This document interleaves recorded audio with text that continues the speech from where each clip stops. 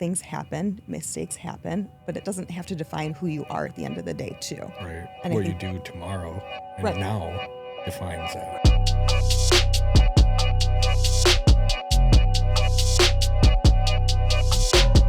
Welcome back to the Level Up Life Muscle and Mindset Mastery, where we believe change is possible. You can do it through fitness, mindset. There's tons of different ways, tons of different avenues. Find your way, make the change. Today, we have three special guests. All three are coordinators of specialty courts here in Midland County. We're going to dive into a little bit about what these courts do and what they offer the participants. So welcome. Thank you for having us. Hi. Would you like to go around and introduce yourselves and then go into a little bit, like a brief description of what your specialty court is? Yeah. My name is Briona Varner, and I'm the MIHOPE program coordinator for the 42nd Circuit Court. Judge Karras oversees the MIHOPE program. MIHOPE is Midland's version of Swift and Sure Sanctions Probation Program. There's Swift and Sure programs all across the United States. Our program is completely grant funded. It is truly a prison diversion program. So the participants that I have, if it was not for MIHOPE, then they would be serving a lengthy jail time or prison time. So their minimum sentence is typically prison, Yes. correct? Okay. Yep. So if they're unsuccessful, then they would be sentenced to prison. Our program is non-voluntary, which is different from both of these programs. And then pretty much all of my people do have a substance use disorder, which that's not a requirement, but it just so happens that they pretty much all do. So the majority of my people will start by going to inpatient treatment first, and then once they complete that, then they begin outpatient services, working with JNA, CMH 1016, and then they'll be on the color line. They'll meet with me on a regular basis, and then they have to follow all the terms of probation. We monitor them very strictly, much more than what regular probation has to offer. And there's a whole team of us that work together to try to help our participants. Awesome. Well, welcome. Thank you. We'll dive in more on that. Amanda Hausmann. I am the Recovery Court coordinator, formerly known as Drug Court, as I know you're aware. Yeah, oh yeah. I'm a alumni. We are a voluntary program, unlike MIHOPE's program. We are a 16 to about 24-month-long program. It's 4 phases long. Each phase has its own requirements as far as sobriety days and phase time, but minimum each month or each phase is 4 months long. You have to have a substance use diagnosis. It doesn't have to be a criminal charge as far as substance use goes. It can be retail fraud, things like that, but your underlying has to be a substance use disorder diagnosis. Typically, when you get entered into our program, you go to inpatient for however long necessary, and then when you come out, we have you set up with outpatient services with 1016, JNA, or CMH. And while you're on probation, each phase has its own requirements. So phase 1 is, like we say, a full-time job. It's very, very tough. Yeah. Not impossible, though, obviously, but it gets you set up for future life of, healthy sobriety, recovery, things like that. But while you're in phase 1, you have to do 7 meetings in 7 days. You meet with me on a weekly basis. Is it 4 times still? It's each week, yes. Yeah. Yeah. I think it was. Or no, just once 2. a week. Okay. Yeah, it was 1 or 2 when I was there, and then I had to report to probation once or twice. It's been a while. So. Yeah. It's changed a little bit since you were there. So you meet with me 1 time a week, each week. And then probation is every other week. Court is every other week with Judge Beal. You have to do individual counseling, drug testing, different group services that we have participants go through. You have to be looking for housing, community service, things like that. But yeah, that's pretty much the basis of our program. Right. So my name is Andrea Diaz. I'm the mental health court coordinator.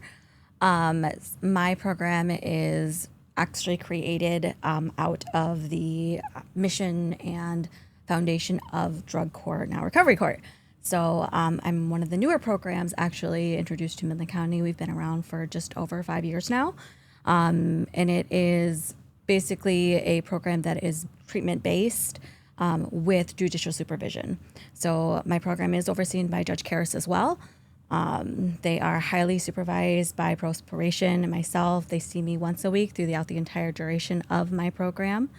And then Judge Karras sees them biweekly. So we have an amazing team that comes together every 2 weeks to discuss the cases, what treatment needs are needing to change for everyone in the program. We do have individualized treatment plans, so not everybody's requirement will look the same. And that's because of diagnosis and whether they do have drug addiction or alcoholism, it changes per person that's involved in the program. And so we try to pivot where we can. Obviously, it's probation. You still have probation requirements. You still have to adhere to the courts, but we do try to take into consideration and meet people where they're at. And so that's pretty much where we start at. We have 5 phases in our program, and we really just try to build off of one phase off of another until somebody can kind of come out of this program in a more stable version of who they started out with. Yeah. I know, and I wasn't in the mental health court, but that's exactly what happened to me. And I remember very small details like the planner. Yes. And it used to be so annoying because I'd have to write in this planner, and I'm like, this is ridiculous. And the moment I thought that, but now where I'm at now with business and having a podcast and all these moving parts in my life, that skill set that I learned during recovery court, being able to plan my days out has been really useful. Staying organized, because I wouldn't be able to accomplish absolutely. that now. You know, at the beginning, nobody likes the planner, right? Nobody wants to carry around this junky, big piece of binder, really. Yeah, it is. But by the middle end of it, I have participants that are buying their own because they enjoy it. And when they graduate, they're still continuing on with that because it's that structure and accountability that really leads somebody to that healthy way of living and a normal way of living, too. Yeah. So I guess, what if how do they determine if someone's in MIHOPE, recovery court, or mental health court? I mean, someone may qualify specifically. They may be like just your program, but how do they determine if someone's, eligible for all 3? Which one's best for them? Anybody can answer. Well, we all have referrals. So the attorney would submit the referral to, sometimes Amanda and I each get a referral for the same person. And then as a team, we'll meet and figure out which is the best fit for the individual. I for sure cannot accept anyone who does not have prison guidelines, where I know there's a little bit more leniency with Amanda's program. So that is a big factor. What else? Does it have to be like a minimum prison sentence? Like, say they're in terms of guidelines too. I don't think people understand, general public wise, what that means and how it's kind of structured on this. And correct me if I'm wrong. You guys probably know more than I do. There's your current offense variable and the prior record variable, and it scores you, correct? Yes. So if someone doesn't have mandatory, their guidelines, their minimum's 7 months, do they still qualify if they're? Yeah, we can. We can take straddle cell or presumptive prison. So straddle cell, that is either prison or a lengthy jail stay. So we can take those individuals also. We get quite a few participants where they've been denied for recovery court, depending on their offense, and then we will end up accepting them. There's just lots of factors that play into who goes into what program. So I know sometimes we have had to, unfortunately, deny a referral because they are an alcohol drug of choice. Right. We cannot take alcohol drug of choice, but their guidelines are hard enough, so the referral has been submitted to MIHOPE to try to give that individual a chance at a program. We don't ever like to just say, no, close that door, because that's not fair to them if it doesn't fit my criteria, right? So maybe they have some mental health diagnosis, or just based on their guidelines or their charges can fit better with either program. And a lot of our team members are on all three of our teams. Yeah. Okay, so like let's dive into the teams. So isn't there a prosecuting attorney, Yep. a defense attorney, Yes. a police officer? Yep. Is it city and sheriff? We have city and sheriff. We do. They do, and then you just have. I just have one of the deputies come who great. I mean, we have a lot of people in our program that have both are misdemeanors and felony. So we do have a majority of felony in the mental health court program. We accept both. For my program, I think that we have my initial assessment. There's a clinical assessment that gets done by treatment, typically CMH, but if they have an established treatment agency, we send them out to get an assessment, which is typically like a psychosocial assessment, which basically is an assessment that gives us whether they're high risk, high need. And I think that's the best way for like maybe the public to relate is high risk, high need is where the defendants that we're looking for, that they can't complete standard probation without being successful typically. And so they're in our program to make sure that their needs, their mental health and treatment are being addressed while in the program. Because a lot of times they don't have access to treatment, or their treatment is not where it needs to be in order for them that once they're done with our program, then they're going to fall back right into the same old routine. That's kind of with my just regular probation. What was happening was from 06, getting out of jail, kind of just on the regular probation. I wasn't like some outpatient treatment a few times a week wasn't enough for me to change my habits, you know.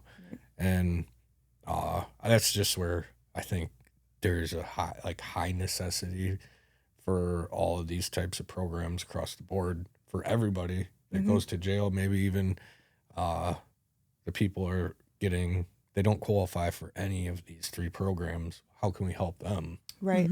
So, you know, it's funny you say that because I've heard a few of my participants, quite a few actually, say, I can do probation.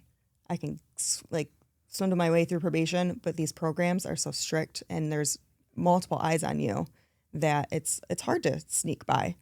But going off of what you just said, though, too, is how do we help those individuals that kind of fall through the cracks of not fitting the criteria? The prosecutor that's on the program for us has started to structure some of the plea offers to include the intensive probation outpatient services. So again, it's not their fault they didn't meet the criteria of our program, or we weren't able to accept anybody because we were full. So that prosecutor, I give him very much credit. It's Joe Amond. Oh, yeah.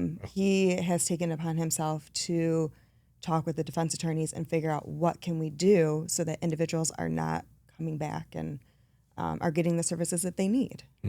Because that's what it's about, right? Well, and with the recovery pod, with treatment courts, with everything, because prison doesn't work.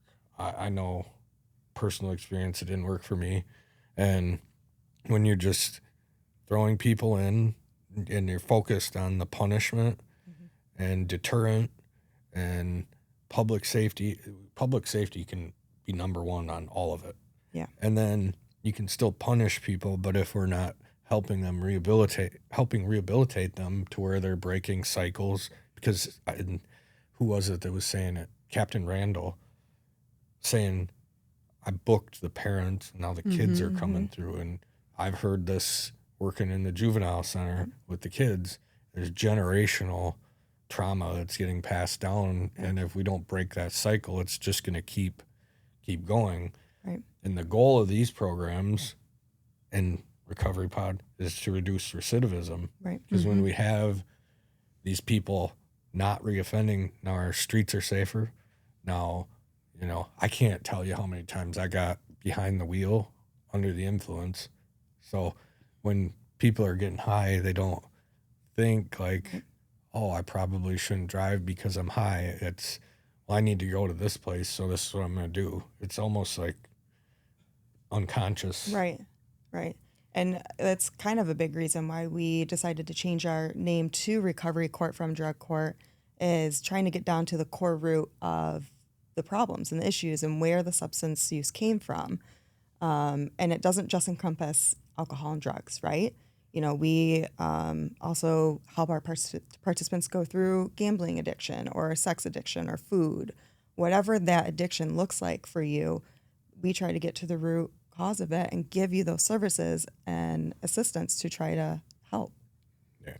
And I think it's not always even the participants. Like for my team, and I know for Recovery Court as well, obviously there's overlap in all three programs, but there's training, there's education, and even being at the table and listening to the conversations and being more knowledgeable, I think brings perspective to not just the participants, but to the agencies that are involved, because both the treatment kind of can see a view of their expectation, and then our, prosecuting attorney's office, myself, the judge, they get to understand the whys behind treatment as well. So Right. It definitely makes an impact on both sides, I think, in bringing the community together. Right. And I don't think people, I say the general public, I don't think they understand how much it costs to house someone in prison.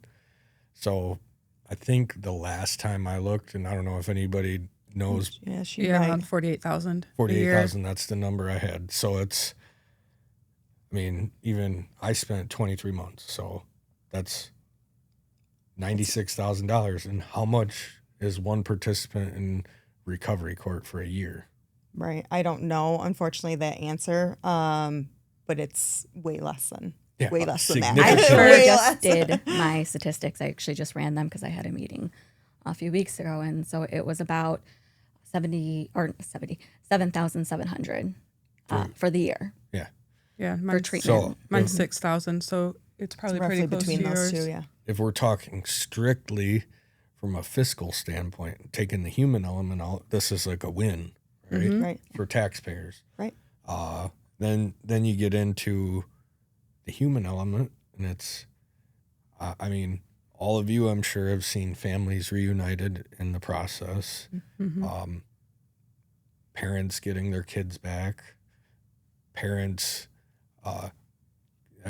same thing. Like my mom got her son back, Right. just in a conscious level, where I seen participants also getting their children back. So it's both sides. It's families being reunited. It's probably the most rewarding part, I think, about our jobs is seeing those families reunite, seeing, the kids get their parents back, and the parents learning to become a parent that their child deserves. It's a very touching day when you see that happen. Yep. Yeah. So my graduation was pretty neat because I don't know if you know John Lauterbach personally or if you've met him, but he was my sentencing judge. Okay. So to give you a backstory on him, it was 2007. He sentenced me to 7 months with possible early release to SAI boot camp. Fractured my hip. I was discharged from boot camp, sent back on tether.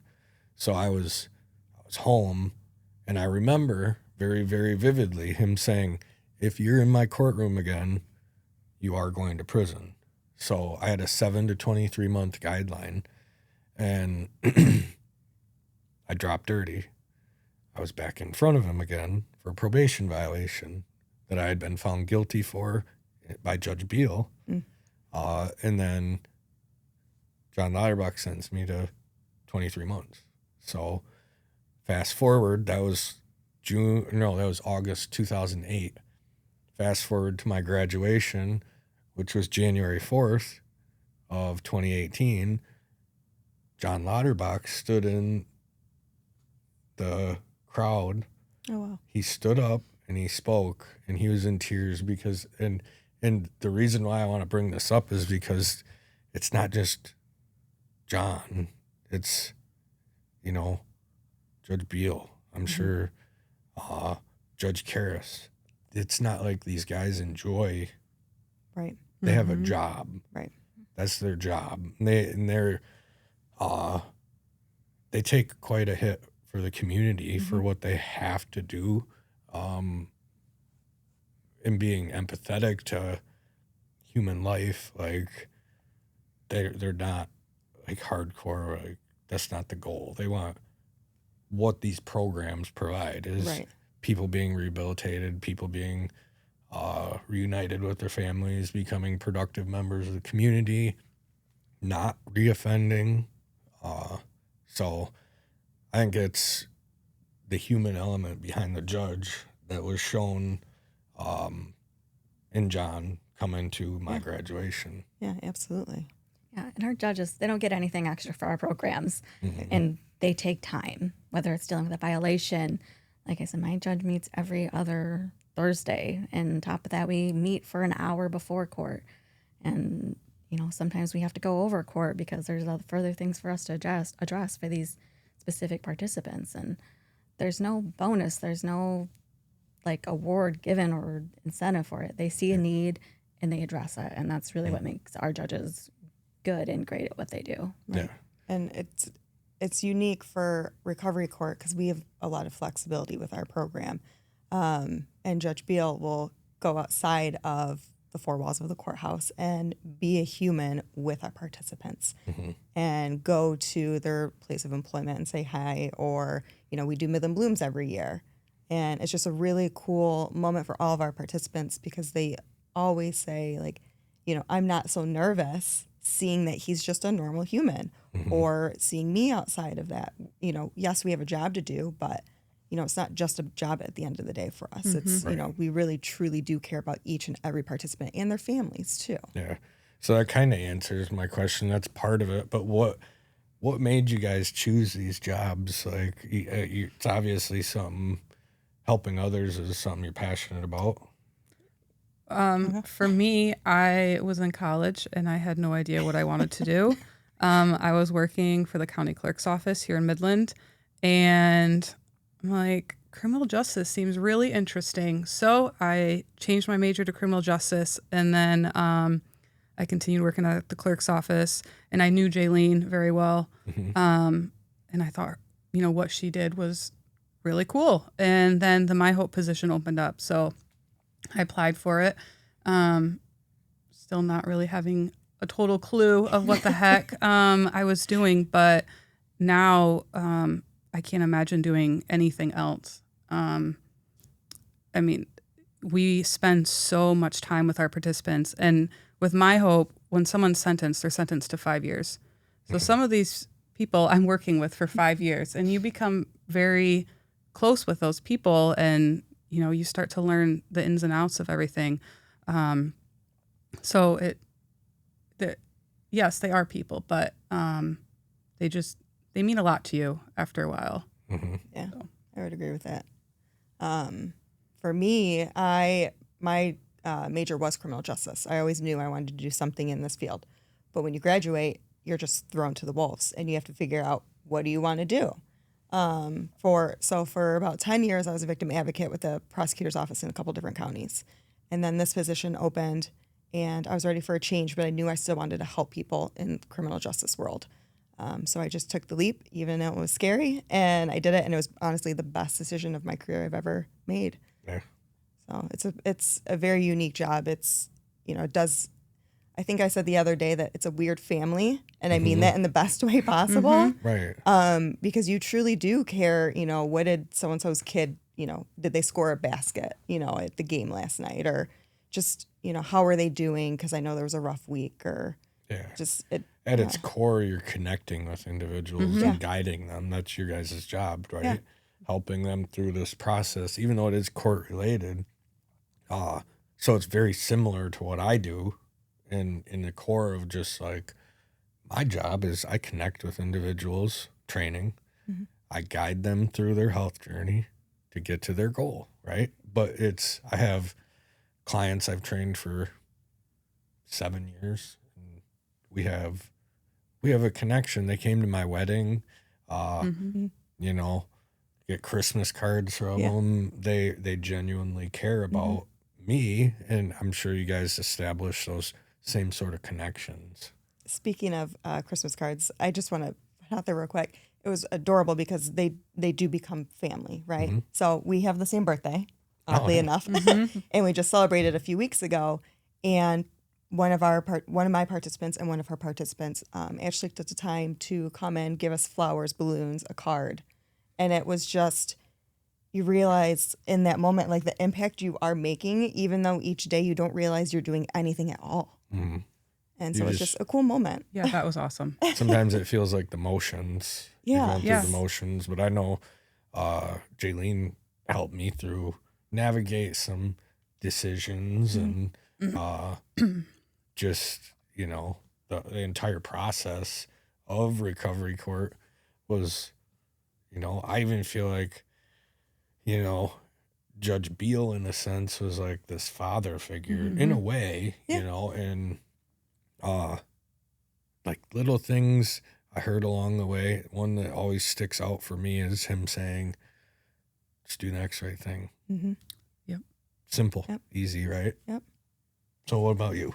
So for me, I always knew that I wanted something in criminal justice and something with mental health. Like elementary school. That's always what I would say. Never knew the job title. Right. Even through college. I got my degree in criminal justice, but I always had a passion for both. And then I've done like internships and jobs for both, and I just couldn't choose. And then when I saw this, I'm like, that's what I want to do. That's where I want to be. Because the description was everything that I've always sought after. And I knew it was the right decision for me to do. And actually, when it was opened, it was just a part-time position. Since then, I've created and built the program to be a full-time position and brought in the amount of participants that we serve. And so I'm very proud of how mental health court has grown over the last 5 years, because it's been a journey, and I'm so glad and privileged to be a part of it and to seeing all the people come through and the change that it's made and how we've changed as a program. So I think that this has always been a position that I knew in my heart that this is where I wanted to do. But at that point in my life, I never knew what it was until it was in front of me. Right. None of these programs existed when I started getting into trouble. Like, none of them. And even when I was sentenced to prison, none of them existed. So I'm really grateful that they're all available to people, because I just drove by there the other day where I stayed. So I went to Florida, and on the way back, I had to pick my dogs up in Midland, and I noticed the GPS had me going, I'm like, Carson City, right where I stayed. So I drove by there. My wife took a video, and it's just like absolute knot in my stomach, misery. The time that I spent there was, I feel like I wasn't living, I was existing, just trying to get to the other side. And anybody who's spent time probably can relate. You're not having fun in there. No. If you are, you're something wrong with you. But the people now have the opportunities to heal through these programs. I think it's really important too for the public to know, because the funding that goes into these comes from the state, and it's not guaranteed. So what happens when the funding is gone for these and these programs dry up, and then people stop healing, and then crime rates go back up? Because I feel like this has definitely lowered crime. I'm not out doing stupid shit anymore. Yeah. I know a lot of people that aren't out there doing that absolutely. went through the program. So Right. Do you want to touch on that? Because that's a sore subject.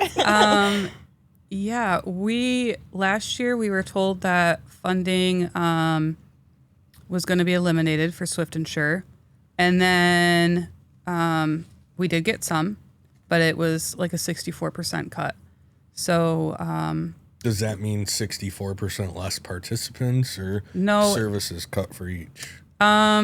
like that's how like my funding was cut by 64%. So that has kind of just spread across the program. Like we have had to have a funding cut, or excuse me, a participant cap, And then like some of our services we've had to eliminate or cut back on.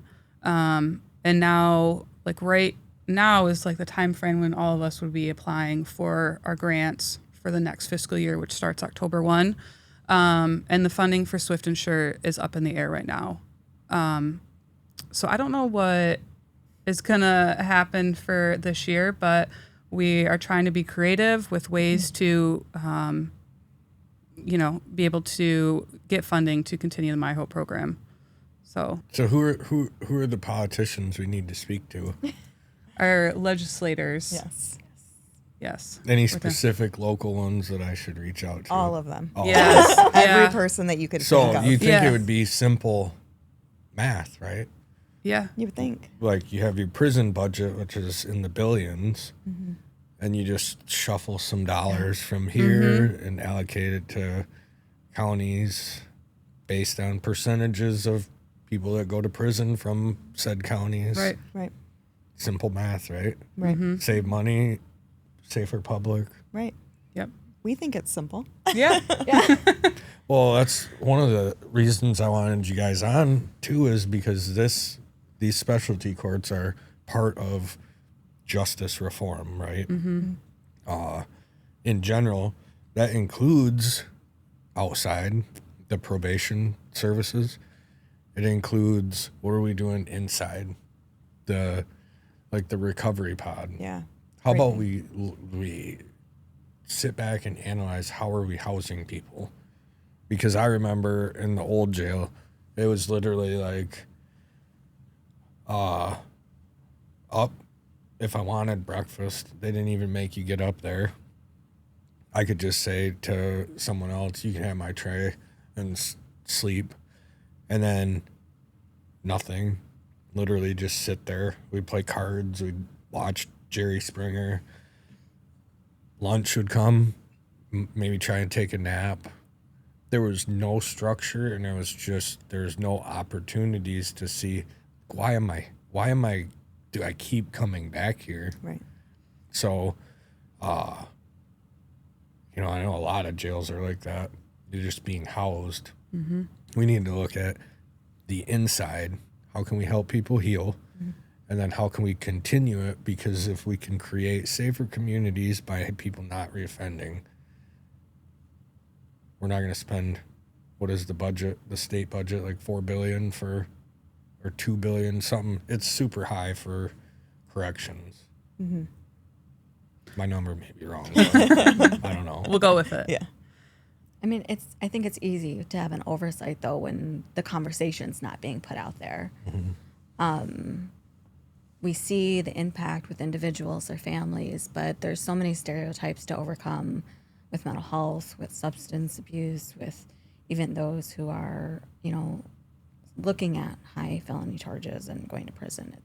There's so much to overcome to get people to on board with being like, this is something to fund. This is something that shows an impact within our community. But at the very end of the day, without treatment, accountability, and building a community, it doesn't go anywhere. I mean, the only way for this to be impactful is to bring everything together and to have community support to do that. Yep. I'll say a lot of it, I think, is an educational piece that people don't know what MIHOPE or Swift and Sure is. They don't really understand the full scope of mental health court or a drug recovery court. So that's what we've been noticing a lot, just even the past couple of years, I think, with us and our funding and trying to get support of the community, which we do have a wonderful community and great support from that. But it puts, a lot of work on our end into getting that support and getting the education and awareness out for our programs and getting rid of the stigma. So I think a lot of that core component is, talking and educating and letting people know that you're not a bad person.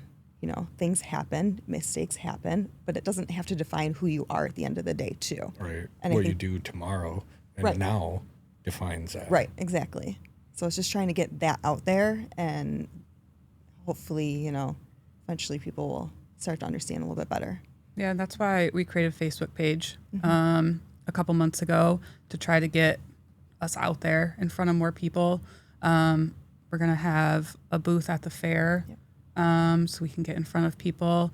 We've been trying to, see what events and stuff that we can show up to and start talking to people and making those connections. Just trying anything that we can, since, the funding is so questionable now. Now let's take a moment to thank our sponsors, Pine Haven Assisted Living. At Pine Haven Assisted Living, they believe in making every resident feel at home. Nestled in the peaceful countryside of Hemlock, Michigan, they offer compassionate care in a family-like environment where residents can enjoy independence with the support they need.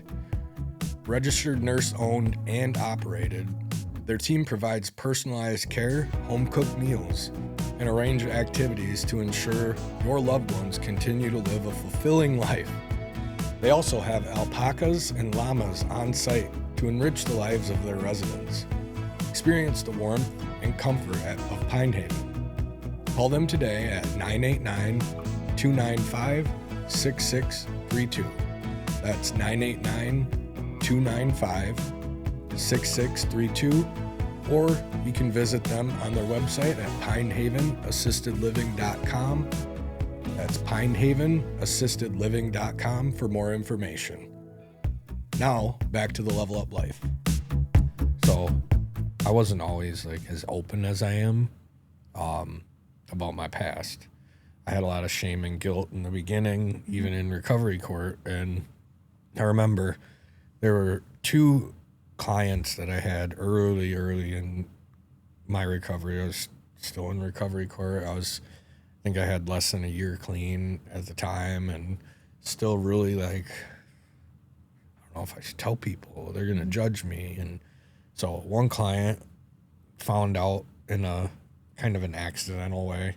My former boss invited him to an event I was speaking at, and they ended up donating to the event. They were very supportive of me, which sometimes that first person that someone tells, you don't know if this is for everybody. If someone tells you something about their past and then they're being open and accountable for it, how you react can dictate whether they go into a shell or not. Oh, absolutely. And then my second client, I told them when they were talking about their husband and their late husband who had developed a addiction to opiates, and I was like, I know what that's like. So it created a connection between her and I, and then she was super supportive of me, and I'm like, this is kind of a recovery hack, right? So all of a sudden I realized now my support network just grew. So then I started just being ultra loud about it and shouting it from the mountaintops. Like, I'm in recovery. I have a felony background. I'm not a bad person. I made bad decisions. And the amount of people that have came up to me and said, I've had my nephew, he lives in whatever state and he's really struggling. These are like people you wouldn't expect. And they say, you give me hope that my family can come out of it. So Yeah. I think it's important for people to know that I too, there's a lot of us that are products of these specialty courts, and that the impact I get to have through this, through the recovery pod, through my work at the juvenile center, through working with my clients, through talks with my stepsons, top to bottom, my entire life, all of this is a result of my ability to change in the recovery court program. Right. So I trace it all back to that. And had they I think my guidelines, because I was a 4th habitual, and it was a possession charge.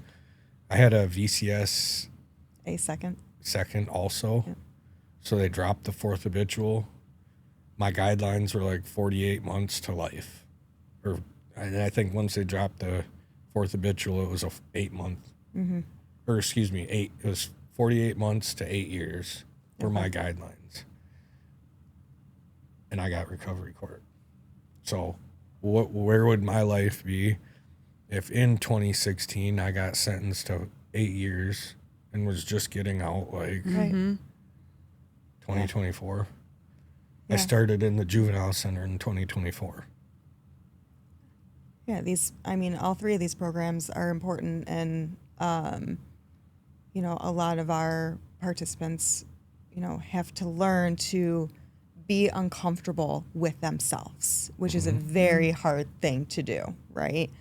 But that also allows you to get more comfortable with your own recovery and being able to open up and talk to others like you were talking about, and realizing I'm not alone. I think that's the biggest hurdle in the very beginning of our program, at least, that individuals feel like I'm on my own, I'm alone, I can't do this. But it's that fear taking over, right? Because you are not alone. You have a whole team of us behind you, plus a whole recovery, huge network. And Midland County is super fortunate because our recovery community is huge and continuously growing. And we have other counties come here and watch us and see how are they doing things, because not to brag, but we're doing it pretty well, I think. And it's important to keep that educational piece and keep talking and keep conversations open to know that this is possible. You are not alone. And yeah. I think the biggest thing for my people was the us versus them.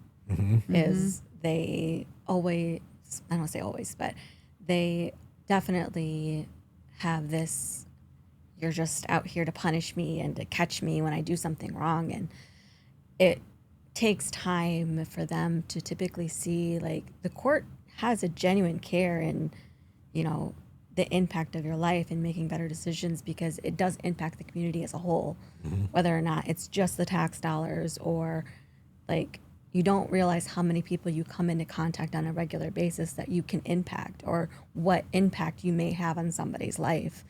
And I think that's really what's, been beautiful to see throughout my time, is the change on not just what they think is possible for themselves, but the way they look at the court and take that responsibility of, yeah, I messed up, but it doesn't need to define my life. It doesn't need to define me. So, I don't know. It's really cool to see that it's like a switch that flips. Yeah. And it's really cool to see, because it's definitely noticeable. Honestly, the first phase, I get the most complaints. The most, like, why did I set myself up? Like, why am I here? But hearing the graduation speeches and how grateful they are to be open to a possibility of change. And they might stumble like 10 different times after graduation, or relapse might occur, or they might drop services and re-engage again, but they see the possibility, and that helps start the change. Yeah. One point you made, I think, was about being accepted, and just like, that makes all the difference. And going back to Midland as a community, like, I remember while I was in recovery court, it was like November of 17, so 2 months before I graduated, the Legacy Center had invited me to be a speaker at Midland Noon Rotary, which I'm like, wait, isn't like Judge Beal there too? And isn't J.D. Brooks is there, and like the sheriff's there, and I was, I think Cliff Block was the police chief of police then, and I'm like, yeah, I'll do it. And I just went up there and was like, this is who I am. Love it or hate it, right. I don't care. It's not going to change. This is my truth. And the amount of positive feedback I got from these people, Judge Beal included, all the names I just talked to, which I knew he would be supportive of me. And it was just like, okay. So with that, there's always going to be people that judge behind closed doors, and that's not about me. It's about them personally. And I've learned that throughout my journey, that the people that, talk behind my back, or, maybe in public, they're like, this recovery community is great. And then they use terminologies like junkie and crackhead and stuff like that. They're not truly supportive, right? So I've learned the difference, and it's not going to change who I am. It's not going to change how I act, how I tell my story, because there's millions of people just like me. I'm not special, and they're all doing the same thing. So eventually, in the same thing, I have a guest coming on next week. We were discussing he's had struggles with mental health, and he just had a movie that premiered at the theater in Bay City. Oh, cool. So he's struggled. He's very open with his struggles about mental health, and anybody who does that, I have a great deal of respect for. So Absolutely. we're reducing the stigma in the process. Yep, absolutely. So in terms of each of your courts, I want to give you guys the floor to highlight some components to it that you feel are unique and really impactful. If there's anything you'd like to add, we have like really dug into a lot of them. Like we could go also. I wanted to explain, because you said color line.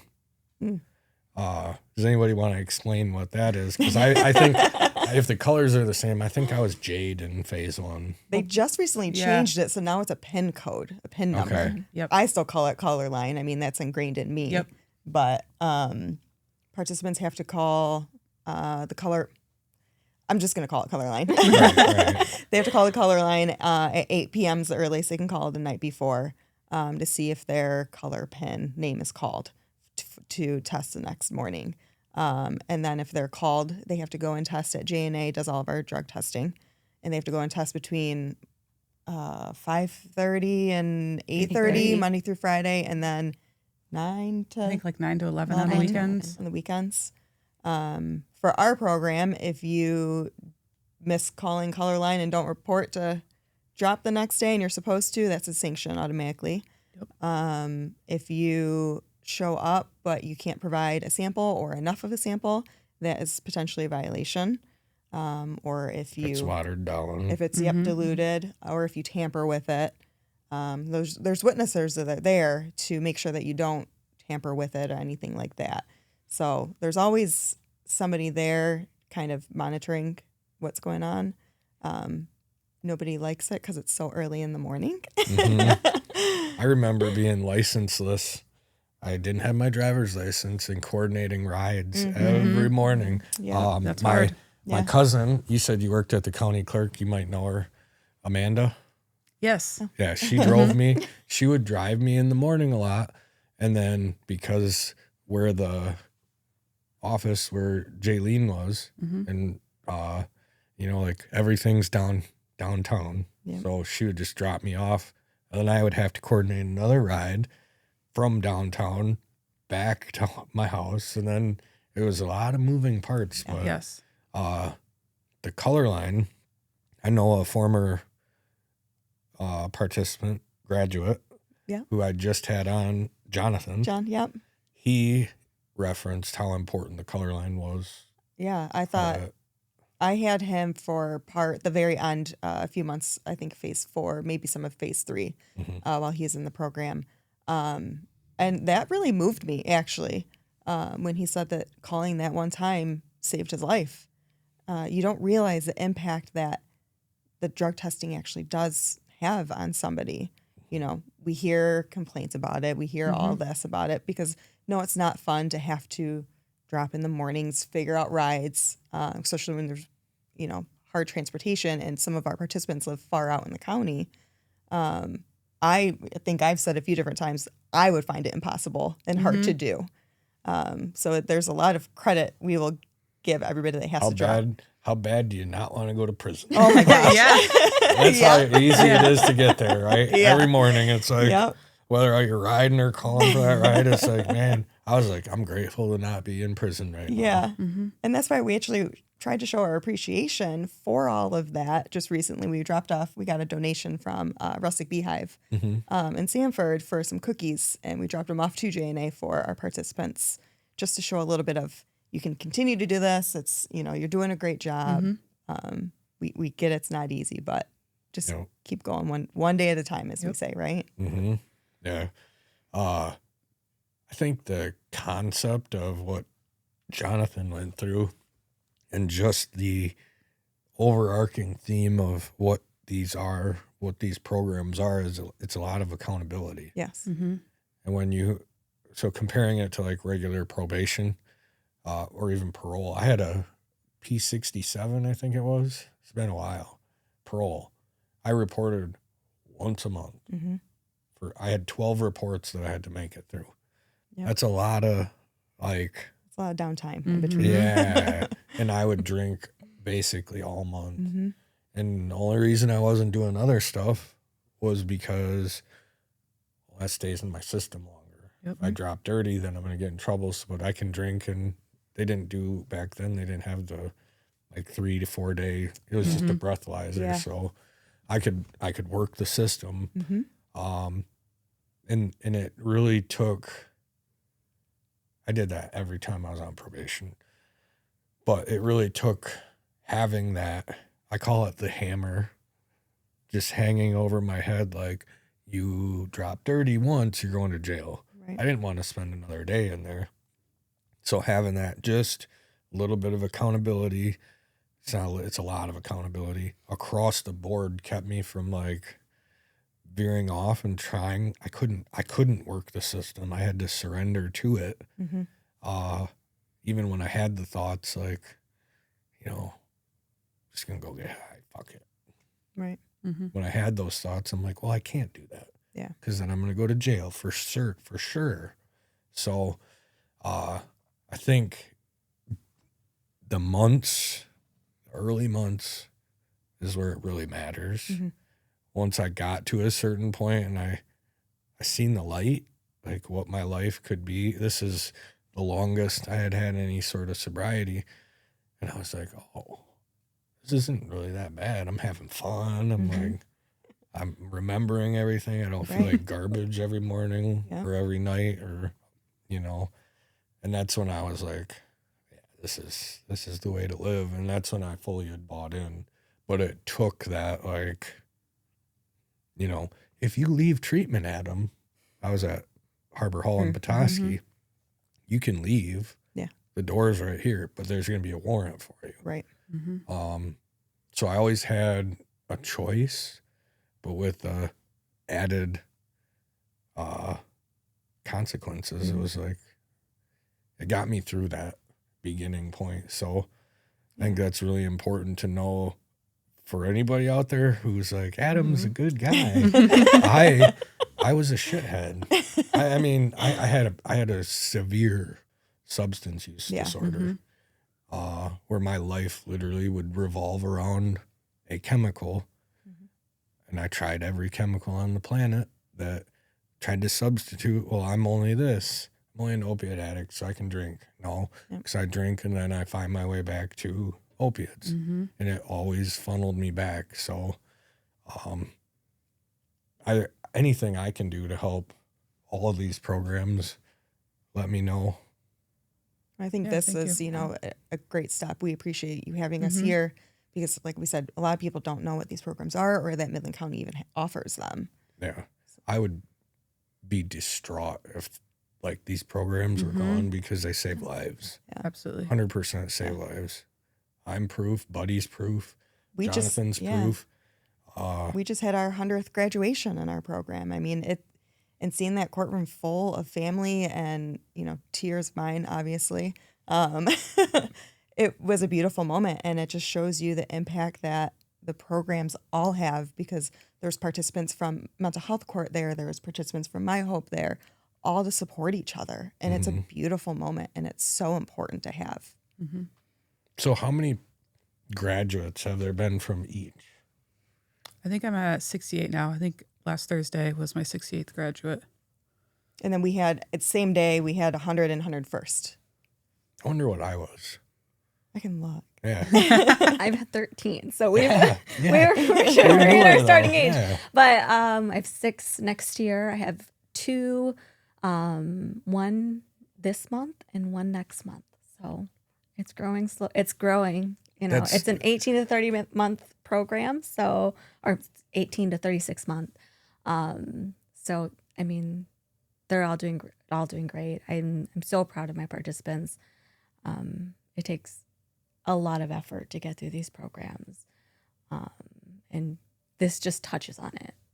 The requirements that they have to face as far as what's expected out of them, and then life happens and it's not always pretty, and it doesn't always have support from family, and coordinating that and working on bus tickets and gas cards and our funding. Like, we can't always offer help, but we try as best we can.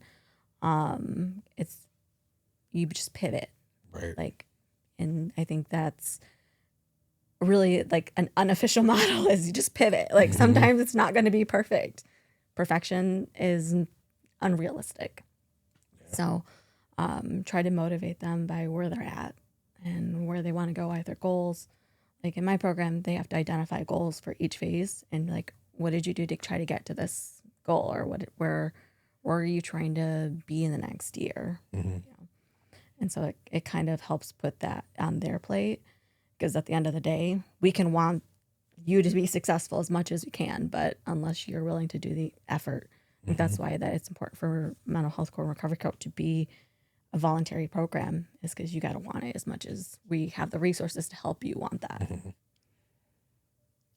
Can't just fake it till you make Yeah. it. Nope. Right? They say you can, but I mean, in some circumstances you can. So there's one more thing I wanted to talk to everybody about: the picnic. I was so disappointed. I think it's awesome. Yeah. So, I mean, my question is, I have all these ideas. Bring it.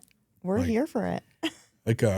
And something to include maybe the community. Mm-hmm. So it's not just participants and graduates, and something to highlight the recovery courts. We can brainstorm. Oh, Yeah. absolutely. We We're love always that. brainstorming Yes. stuff. I think it would be cool to have, I know Head from Corn has been here before. Oh, okay. Maybe he would come play. They'd come play some music, have a concert. That'd be We awesome. tried reaching out to Jelly Roll. Yeah. Was it last year or 2 2 years years ago, ago? When he was going to be playing at the Midland Fair. And we were so confident that we were going to get a response, and we did not. So any connections that you have, Yeah, so- let's bring it. So Jelly Roll, I've actually emailed you, bro. You never get back. Your agent doesn't even get back, but whatever. I think you'd like what we were doing. Yes. Absolutely. Yeah, so there's other people Oh, they're absolutely. doing some amazing things that